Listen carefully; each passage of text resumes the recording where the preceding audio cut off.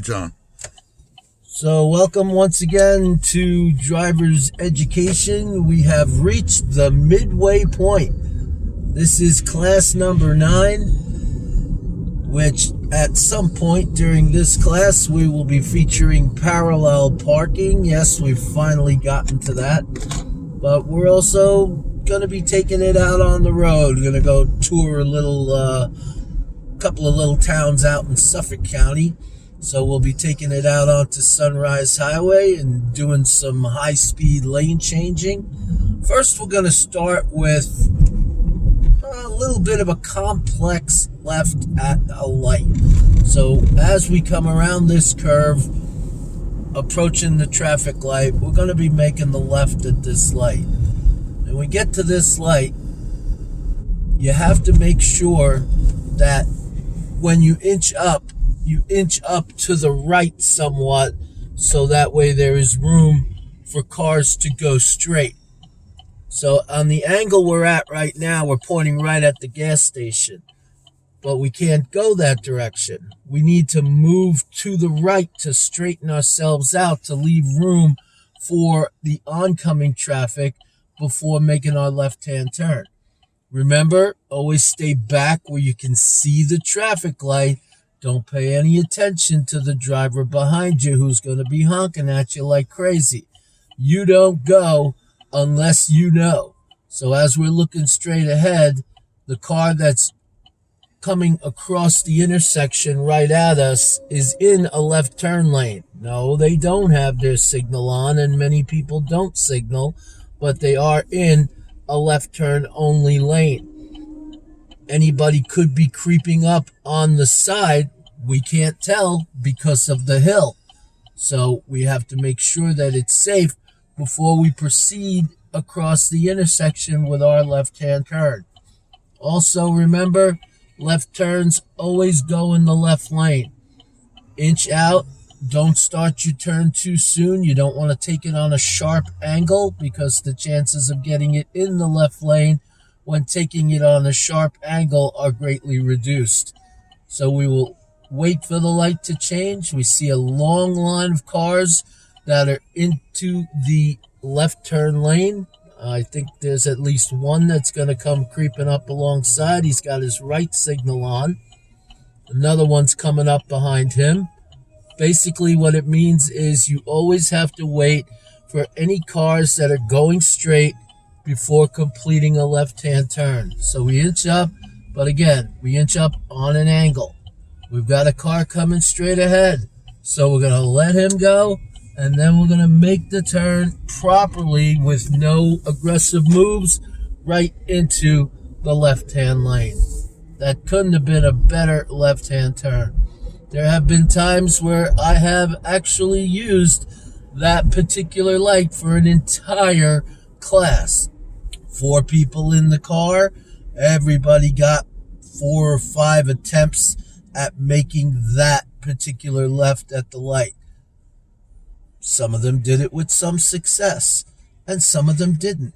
I do remember one student where it was actually one time where I actually did raise my voice a little bit at a student, and she was stuck in the middle, and when the cars started to come from the opposite direction, she looked at me and she said, "What do I do?" And I said, "Go!" Because you have to go. Once you enter an intersection to make a left turn at a light, as we discussed in the previous class, then you have to make sure that you finish your turn. As we look ahead, we see a little bit of construction going on in the left lane. There's a truck with a big arrow blinking us over to the right. And seeing that ahead of time makes it so much easier for us to react long before we absolutely have to. Remember those lane changes, nice and smooth. Nothing aggressive when it comes to changing lanes.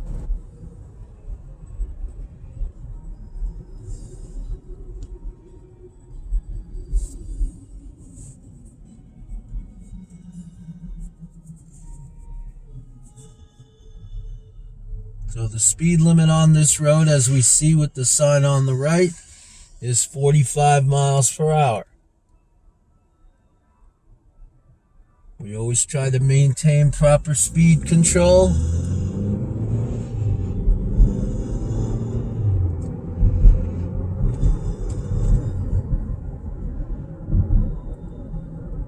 Come alongside this Pepsi truck.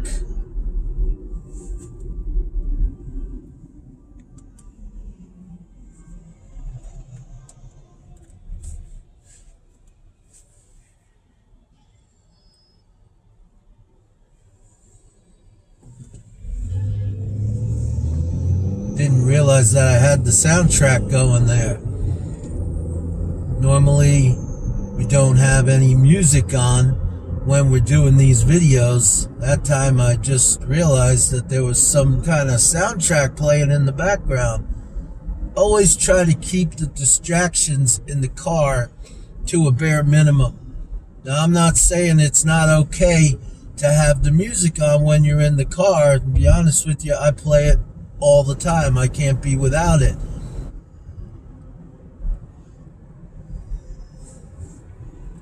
But there are other distractions that you have the control over. Like when you are driving your car, you have to make sure that you are in control of everything that goes on in your car. So you have to keep those people in the back seat and in sitting next to you, you have to keep them quiet so you can focus on the task at hand, which is driving safely. Eating in the car, it's another distraction.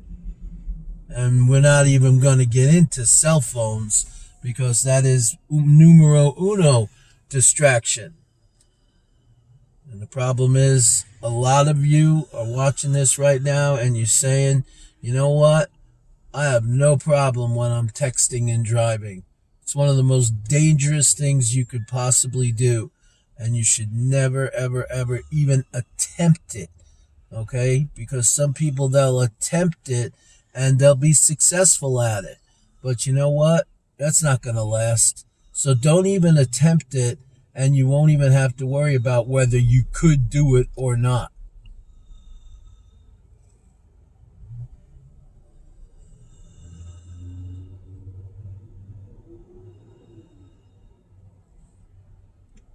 This is Massapequa. A lot of you are recognizing where we are right now. But you never know where we're going to end up.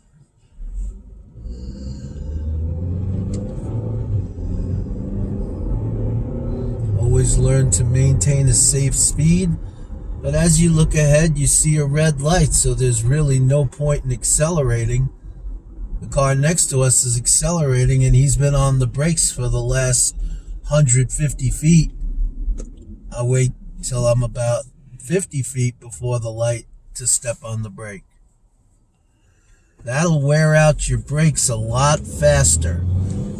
And if the brakes wear out faster, the tires are going to wear out faster as well.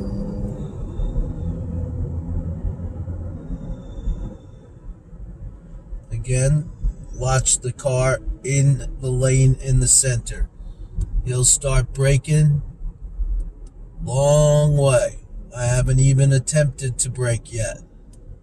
And now you brake. Always behind the white line. Now here we have a van next to us. And to be honest with you, I have no idea if there are any pedestrians in the crosswalk. So if he gets an arrow, which is good, now I can see. And if someone ended up stopping next to me, I would end up inching up to make sure I could see around that vehicle so there are no pedestrians in the crosswalk.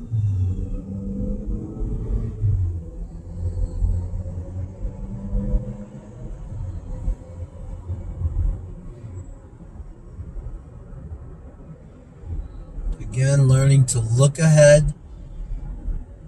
We have a green light, but the light turned red in front of that. So at this point, I don't need any more gas. I'm just going to take my foot off the gas and I'm going to coast. There's no point in accelerating. We're also coming to another one of those photo enforced lights. Remember, they're everywhere. So from that entire distance, I just took my foot off the gas and just coasted. That means that I was able to still maintain a decent speed, because with the cars these days, they're all computerized, and when you take your foot off the gas, the car doesn't automatically start to slow down. In the old days, if you took your foot off the gas, the car just died. Okay, now that's not the case. So you'll have plenty of time to be able to continue where it will not cost you anything. Every time your foot is touching that gas pedal, it's costing you money. So the more times you learn to take your foot off of the gas as you're approaching any sort of stopping position, and let's use another car's brake lights. Okay, take your foot off the gas. A red light, take your foot off the gas. A yellow light, take your foot off the gas. A stop sign, take your foot off the gas and coast. Learn to, the term is, cover the brake. So when you cover the brake, you're more prepared to stop. Thought you'd like that lesson. Always be careful as the road curves. Usually you will see reduced speed limits on curves. Now we're about to attempt a high-speed lane change. And a high-speed lane change, you always have to make sure that, let's say you're doing 45 miles per hour and you're in the left-hand lane. You want to go into the center lane. And what do you have to do? You have to maintain that speed of 45 miles per hour throughout the entire lane change, so that way when you do end up in the center lane, you are still at 45 miles per hour. If you look in your mirror before changing lanes and you see a vehicle that is, let's say 5 car lanes back. If that car is 5 car lanes back and you go to change lanes, you should end up in the lane with still having those 5 car lanes between you and the driver you just changed lanes in front of.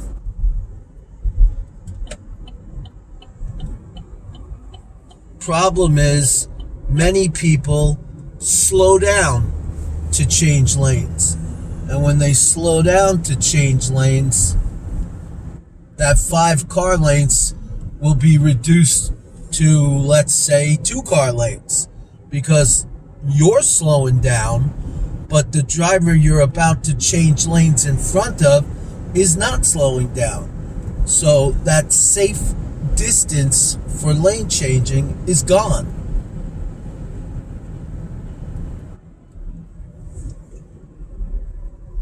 Remember, always learn to look ahead. We got a pedestrian crossing the street up there. Okay, well, he didn't come into my area, but I still saw him. You know, that's what it's all about. You've got to learn to see. If you remember the Smith system, when we talked about looking well ahead and having a visual lead time of at least 12 seconds, as we leave this light, we're going to show you exactly how to do the visual lead time. As we're looking ahead, and if we look in that center over there, we see that favorite sign. The divider is in the road, and we have to stay to the right. So as we look ahead and see there's a green sign in the divider, counting 1001, 1002, 1003, 1004, 1005, 1006, 1007, 1008, 1009, 1010, 1011, and it took us 11 seconds to reach that sign that we pointed out. That's a visual lead time, okay? You see things ahead and you count how many seconds it takes for you to reach that point. If you're doing it in less than 5 seconds, obviously you don't have a good enough visual lead time. Great Neck Road in Farmingdale. As we pass by over here, I'm going to have my cameraman pan to the right and show you guys the best car wash on Long Island. The Red Lion Car Wash is the best car wash on Long Island. These people will do absolutely everything to your car. They take the car, they bring it off to the side, and they do everything. And when I say everything, I mean they even put the windows down and wipe that top corner of the window that no other car wash seems to do. So take the time. It's worth the visit to the Red Lion.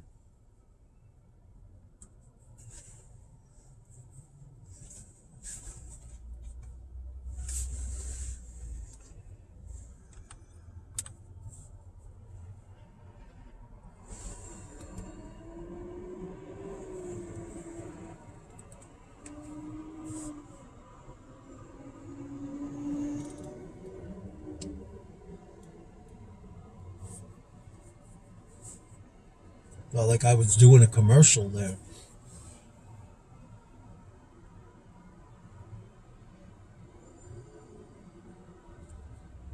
Now, the thing about Sunrise Highway,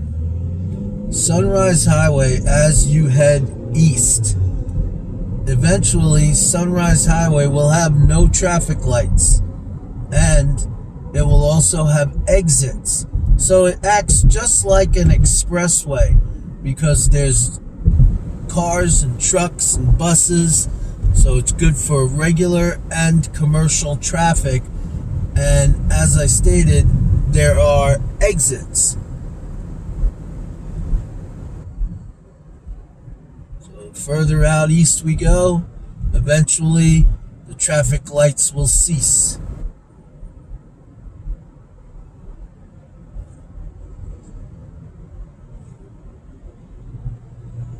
So what's the difference?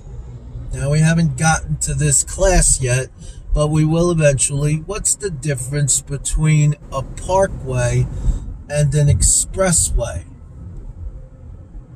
The difference is that expressways have commercial traffic and parkways do not. On Long Island, the expressways that we have are the Long Island Expressway and the Seaford Oyster Bay Expressway. And they all have numbers. If you recall from the last class, we were talking about the different roads with different numbers. So the Long Island Expressway is New York 495, and the Seaford Oyster Bay Expressway is 135. Right now we're on 27, which is Sunrise Highway. And as I stated, eventually Sunrise Highway will have exits, and it basically becomes an expressway. Now, since we're not up to that point yet, we're going to be making a turn coming up here at one of these lights, because we're not ready to go on the expressway now, are we? It's only Class 9. In the driver ed program, expressways and parkways don't begin until Class 13. So we're going to hit this turn lane up here. Always signaling ahead of time. Watching the arrows in the road. Following the yellow line without crossing it. And I kind of like to keep my car as far to the left as possible. And the reason for that is, this way my mirror is completely out of the lane. And it's always good because somebody will come up behind you and they won't be as far to the left, and they'll be the mirror that's going to be sticking out into traffic. So eventually we'll get to take that route and end up on the expressway part of Sunrise Highway. Now, as far as parkways in New York on Long Island, there's all kinds of parkways. Again, where the commercial traffic is prohibited. That's the Northern State Parkway, the Meadowbrook Parkway, the Wantagh State Parkway, the Southern State Parkway, the William Floyd Parkway, the Sagta Coast Parkway, the Sunken Meadow Parkway, and then, of course, there's the Robert Moses Causeway. Causeway. Why do they call it the Causeway? Because that's the way to get to Robert Moses. Robert Moses is a state park where they have beautiful beaches.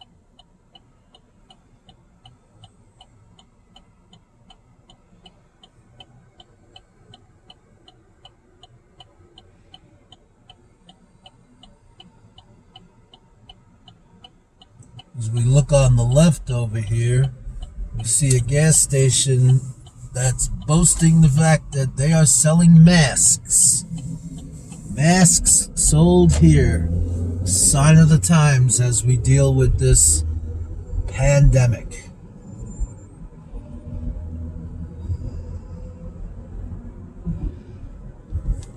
So we made a U-turn and now we're heading back.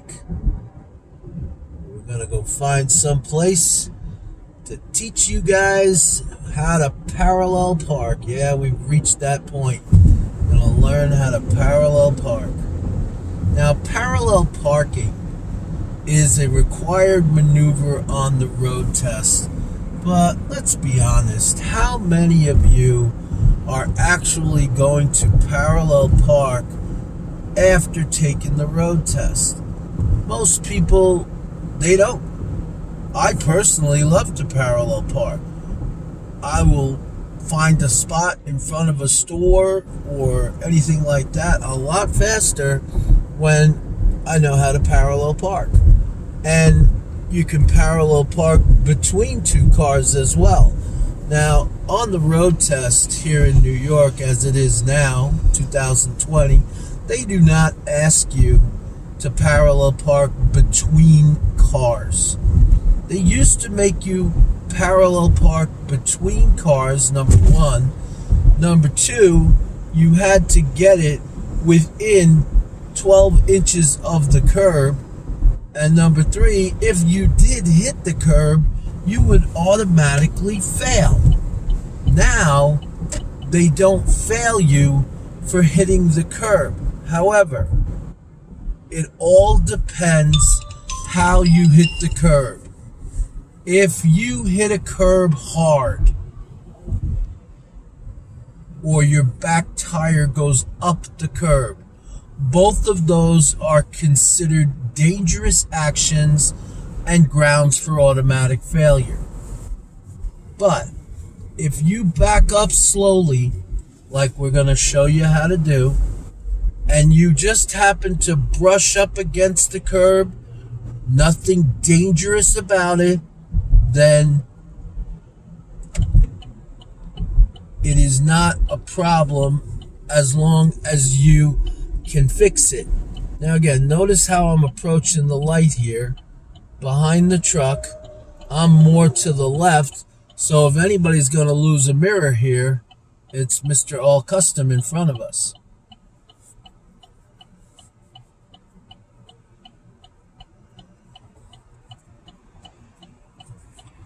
So we'll be going into a neighborhood shortly to learn that method of parallel parking.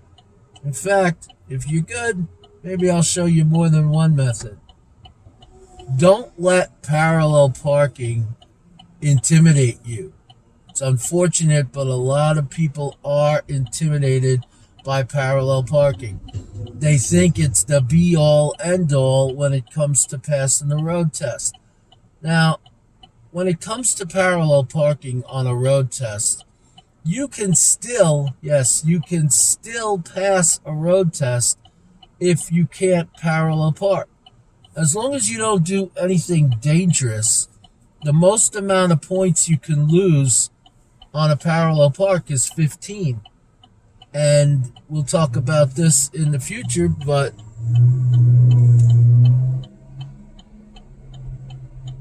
looks like he had to go someplace.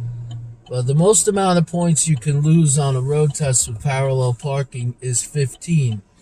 But you can still pass losing 15 points.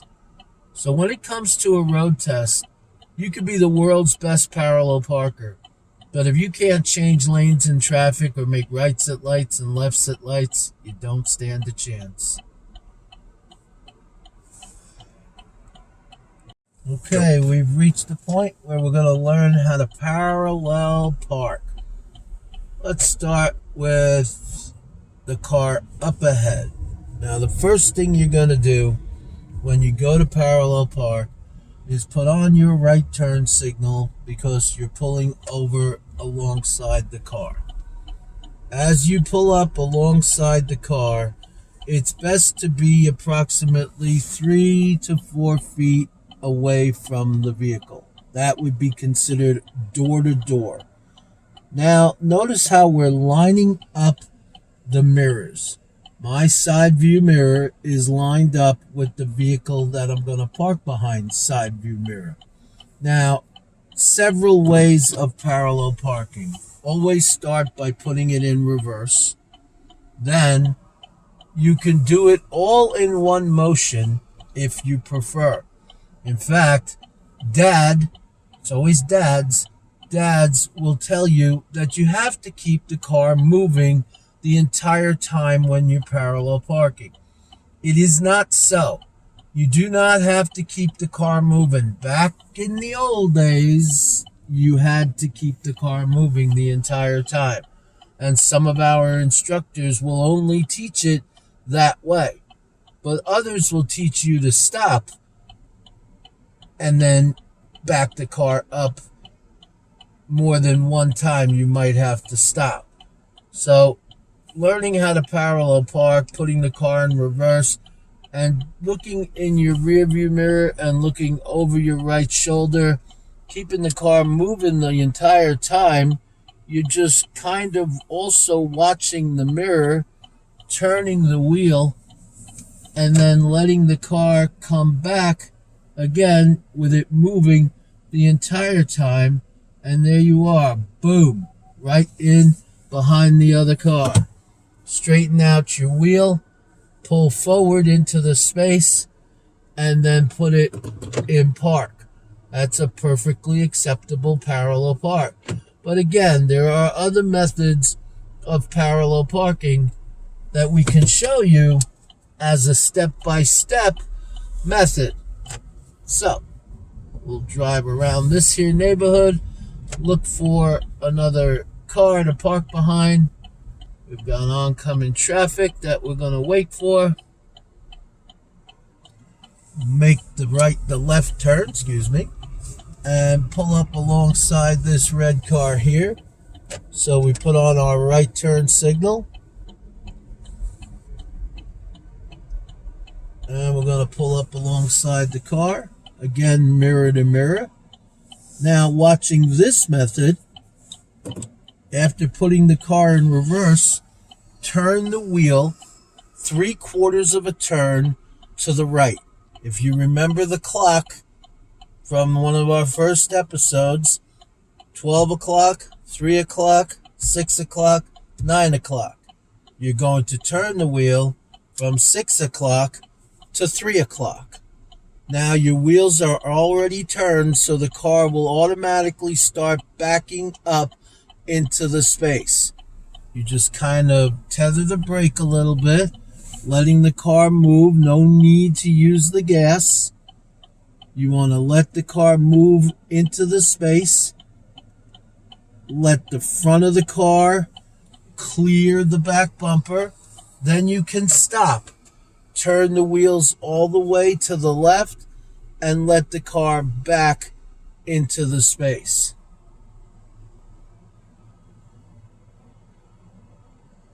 Hey, I'm pretty good at this. Then straighten the wheels, put the car into drive, move slightly forward, and put it in park. Okay? That is a perfectly acceptable method of parallel parking. When you take your road test, all they want to see is that you're able to get the car behind the other car without getting too close to that car, and also making sure that you are within 12 to 18 inches of the curb. Any more than that, and you lose points. How many points? Only like 5 points for being too far from the curb. So again, always signal, line up mirror to mirror, turn the wheel 3/4 of a turn. By turning the wheel first instead of backing up first, the back of the car will automatically, as we watch, start backing into the space. Now, when it comes to the backup cameras, are you allowed to use the backup cameras? You can, as long as you don't use them exclusively. You have to make sure that you look over your shoulder. You have to make sure you check your mirrors. And again, another outstanding job of parallel parking. Okay, so I've only been doing it for 35 years. I better be good at it. Okay? But it's really simple. Again, don't let parallel parking intimidate you, because a lot of people, they get all nervous about parallel parking. But you know what? Practice. Practice, practice, practice. The more practice you do, the better off you're going to be.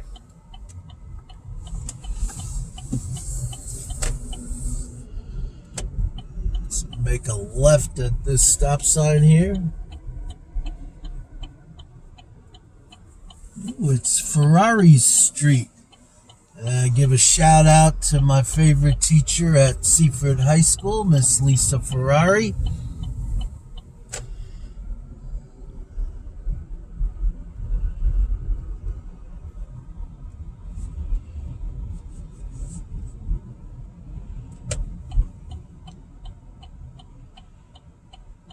Very tricky corner here. You can't see a damn thing.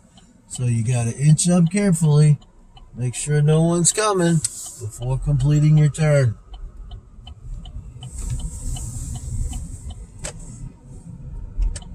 A lot of blind curves around here.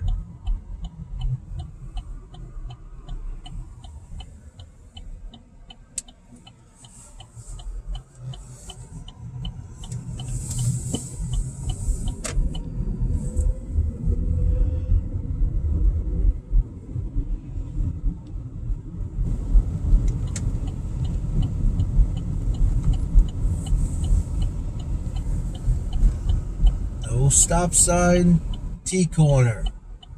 Don't forget about those T-corners. You don't have the right of way in a T-corner. The cars in the T have the right of way.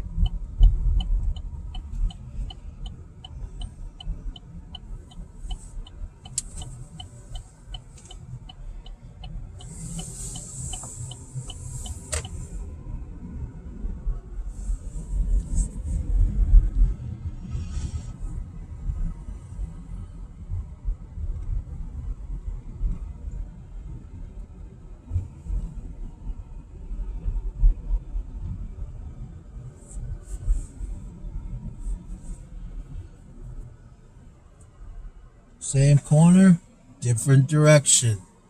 Still have to be able to inch up. Got some illegal fencing going on around here because they can't have fences too high on corners. I know that because I made my neighbor take down his fence.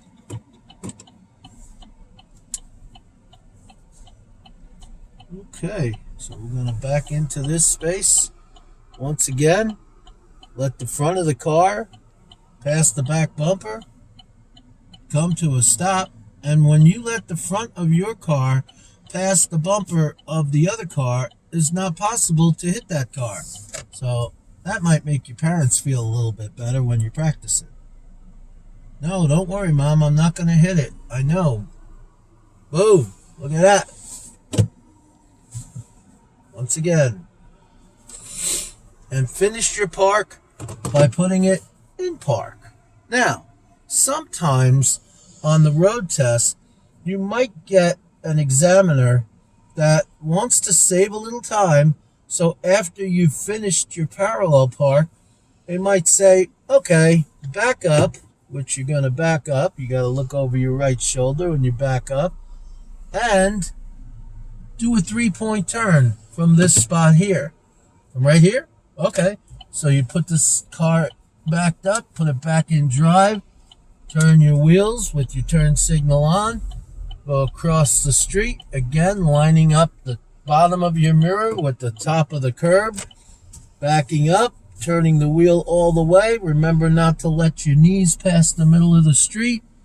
Put the car back into drive, and you're off. Parallel park, 3-point turn, done at the same time. Some examiners will ask you to do that. So now you're more prepared. Okay, let's take it back out onto the road.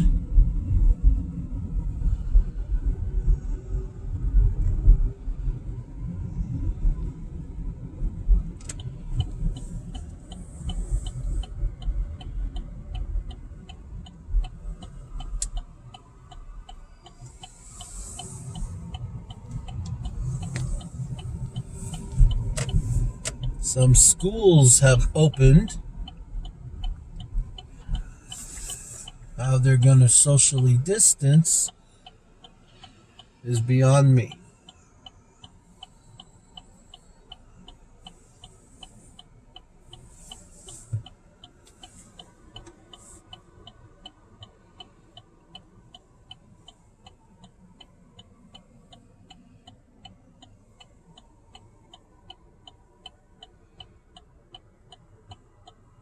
Looking at the Copeg Middle School,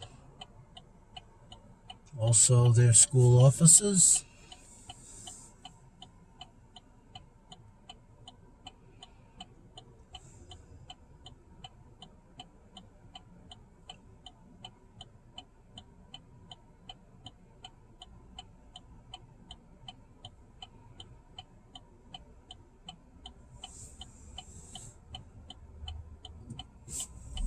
Making sure all directions are safe, we proceed.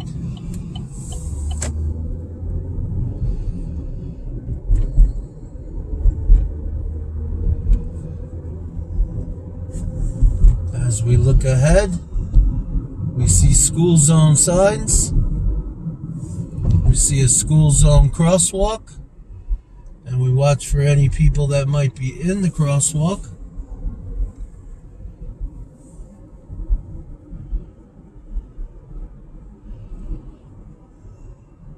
And we maintain a safe speed limit of 30 to 32 miles per hour. People behind you, they don't like that, but as long as you're able to do the speed limit, that's all you have to do.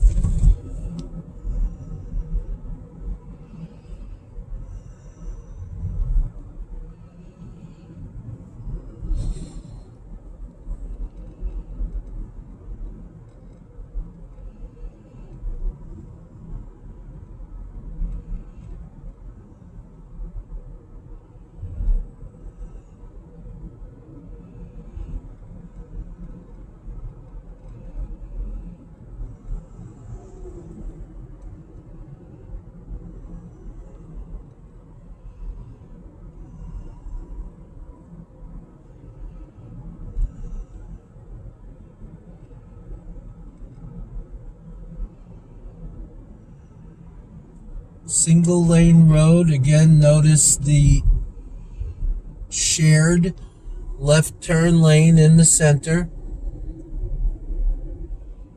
You can cross over the solid line, travel no more than 100 feet or so, and then use that to make a left-hand turn. But once again, remember, when it comes to those shared left turn lanes, you could be going north, somebody else could be going south, and now you're facing each other. Always pay attention to the shared left turn lanes, and don't use it as a turn lane to drive down to get to the light to make the turn. That's not its purpose. Its purpose is just to allow people to come off of the lane, get into the center, and make a left turn. This way they don't back up the traffic that is on the road. So if I wanted to make a left up here, I would use the turn lane and make a left. And if somebody was coming from the opposite direction and they wanted to make a left, they would also use the turn lane to make their left. Now, at one point, we had a request for Route 110. Route 110 will take us through Melville, Farmingdale, and Huntington. It does also go all the way to Amityville. Notice how we're getting into the turn lane for Route 110. Now, there's nothing that tells us we can't make a right on red, except for that sign that's above. Let's wait this out and see if that sign does something. There's no law that says you must make a right on red. Want to focus on that little box next to the traffic light and see if anything happens with that little box.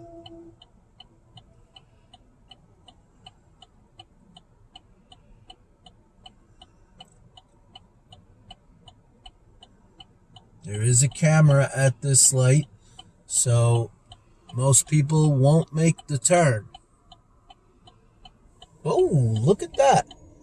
It just lit up no turn on red. How about that? So you know what that must mean? That must mean that when it doesn't light up, that you can make a right on red. So now that I know that, I'll make my right turn on the red light.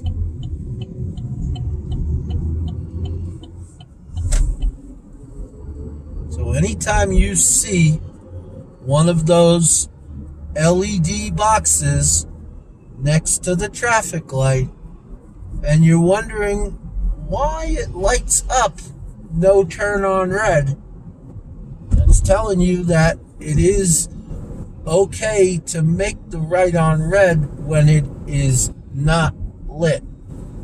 In fact, the opposite direction of that particular intersection of Main Street and Broad Hollow Road, Route 110, used to have a sign.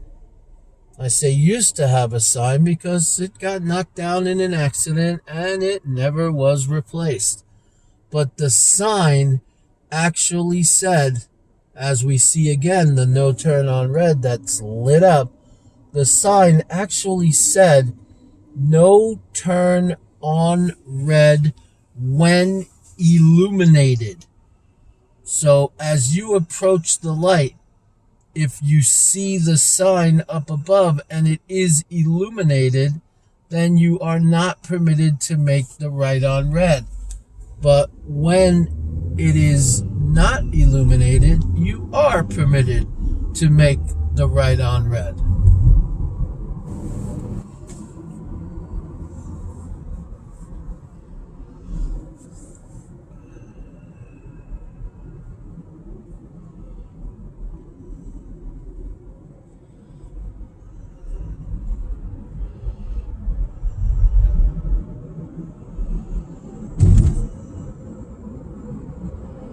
Going to be making the next right here on 109 East. Again, these roads all have numbers. In a little bit, maybe we'll play the number game.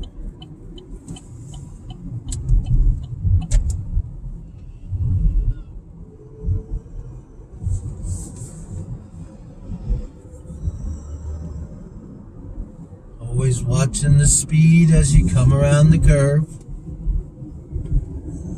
Republic Airport is on our left. Smaller private planes, cargo planes.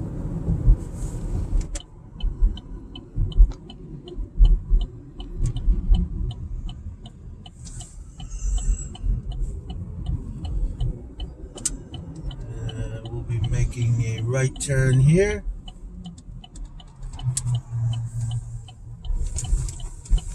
Just to go into a parking space momentarily.